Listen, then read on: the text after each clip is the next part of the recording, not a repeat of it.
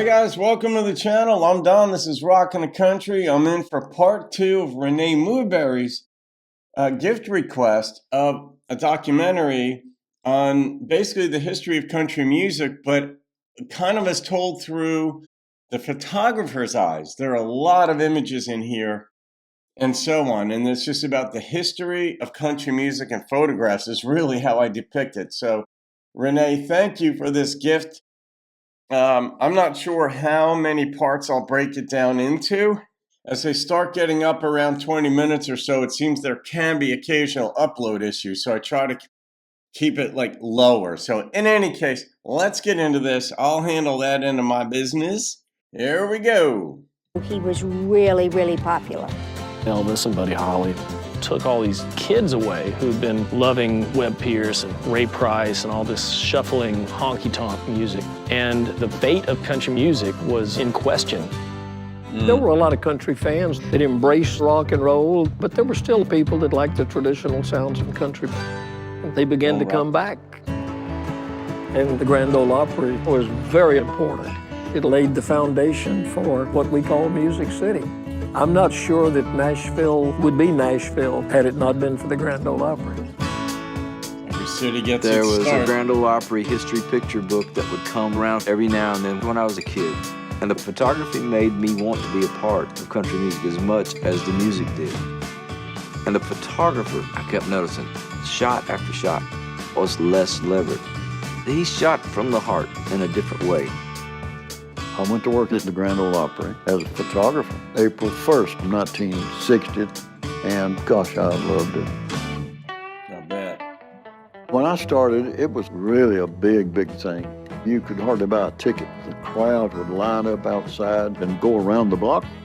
It was the biggest country music show in the world. And that's the big dream in those days, if you were a country music star, to be a member of the Grand Ole Opry. And if not, at least to sing on the stage of the Grand Ole Opry. My song City Lights was a big hit and opened all the doors for me in Nashville. But when I got the phone call asking me if I wanted to be a part of the Grand Ole Opry, it was like asking me if I wanted to go to heaven when I die. Everybody had suits in those days with sequins shining in the spotlights. And see those fancy boots? It was glamorous. They would have a 30-minute show and a star would come out and sing. Seldom did they do more than one song. Or as one guy said one night, one song per hillbilly, buddy. Really? I shot so many acts. Grandpa Jones, Minnie Pearl, the Jordanaires, Jim Reeves. But I'm so busy making pictures, trying to get a good shot, I don't know what they sang. Les Leverett gave country music so much of its importance and its image because he was there to document it when nobody else was paying attention.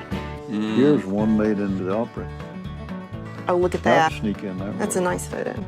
All right, that's the dynamic of life that I talk about a lot in my other videos when we're talking about relationships and songs, you know, when the songs are depicting a breakup or a get together. There's so much randomness to what goes on. Like, he happened to live in the area. He happened to be a photographer. The Opry happened to be there. It wasn't this big deal yet. And he gets to take the pictures, and he's focused on the emotional content, really. That, to me, is what Marty was referring to or alluding to when he said he was taking pictures that nobody else was taking, you know, even though there were other photographers there. But the dynamic of life, he was right place, right time. Now we tell the story back again, and it looks like he knew what he was doing, when in fact he was just taking pictures the way he knew how to take them, and that wound up resonating with lots of folks. I love that. You never knew who was going to show up at the Opry. I love to just look through my dad's photographs. It always amazes me how much he has contributed to country music history.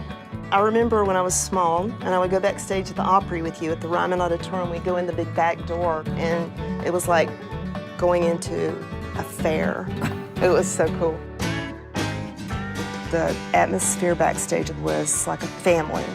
I watched my dad work, and he knew the artists that he was photographing. So when Dad took those photographs, there was emotion. He waited until just the right time to capture the moment with the camera. There was always something exciting going on, and I'd go anywhere, knock on the dressing room door. You couldn't tell if they said come in or not, so I would just go in. I was shameless. When I first came here, the Grand Ole Opry was basically a radio show, and it had been since 1925. In 1925, the National Life Insurance Company in Nashville decided to open a radio station, WSM Radio. WSM was carrying opera from New York. One day, the announcer said to the radio listeners, for the past hour you've been listening to Grand Opera. Now we're going to bring you the Grand Ole Opry. And he just said it off the cuff. So WSM developed their little program into the Grand Ole Opry. WSM stands for We Shield Millions, which was the insurance company's motto. And they used the radio show to sell insurance.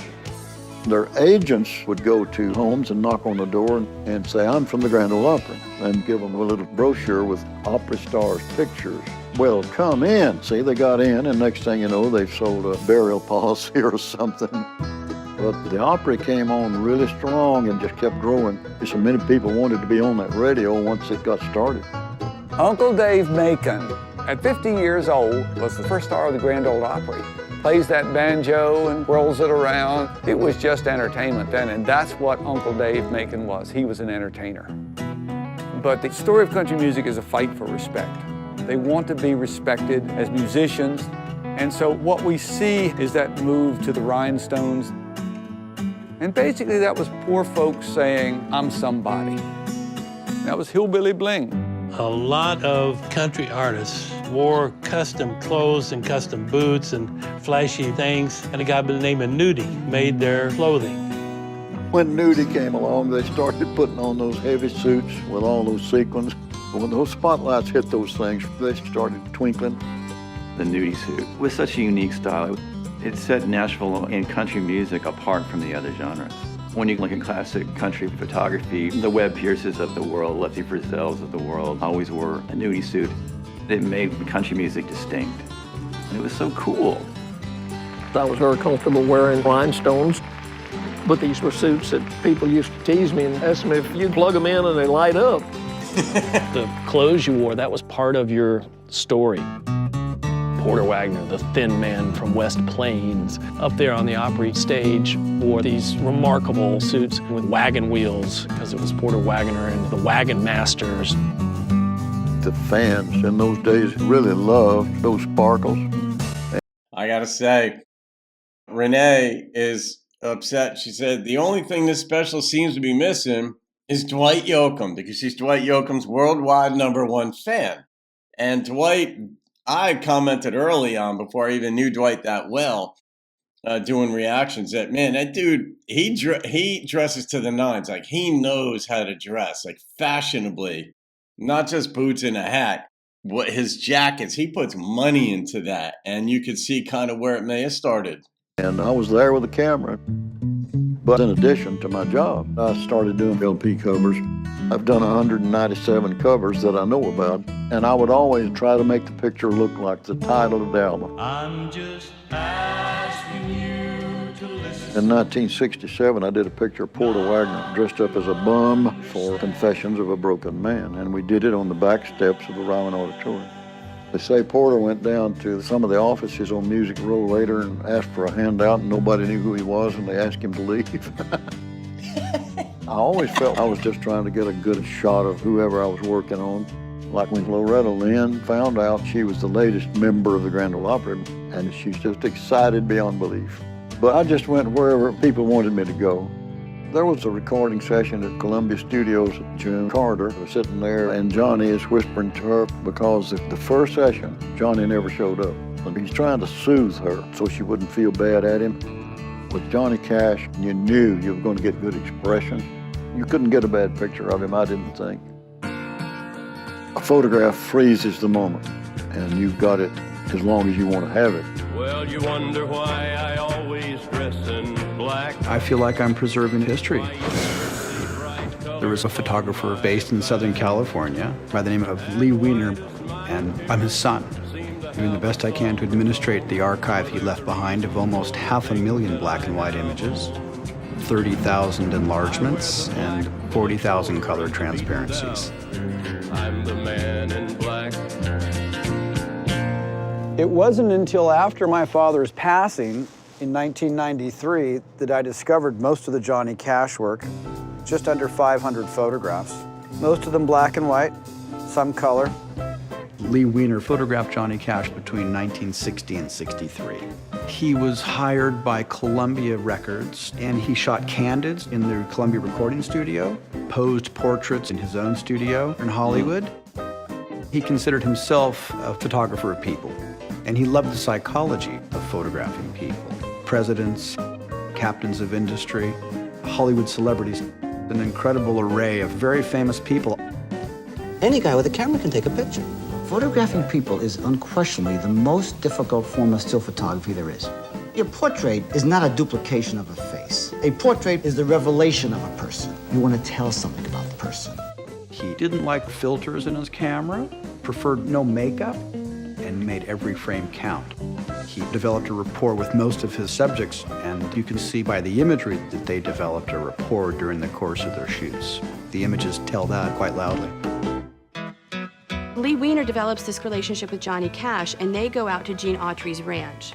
Those photographs point to the singing cowboy, a particular code of ethics, and then you have Johnny Cash standing in some ways against that.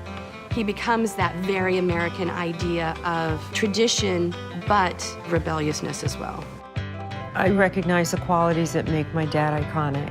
And there's a lot of projections that go on to him, a lot of which are not true. When my dad started out, he was not totally a real country music artist.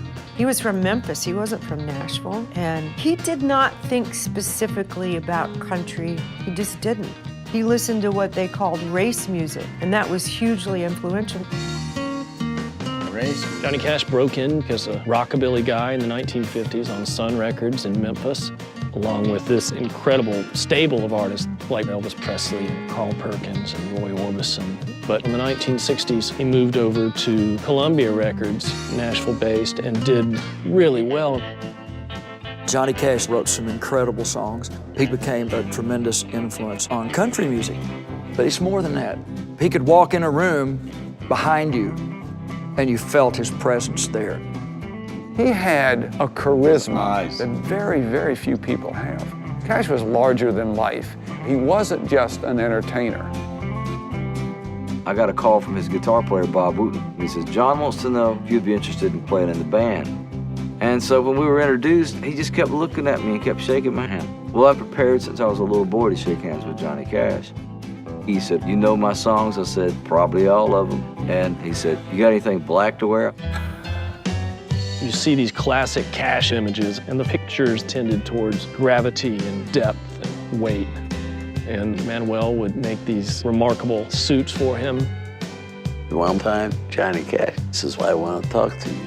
He says, I'm on the road. I'm going to go on the road, and I need nice suits, like, right away, man.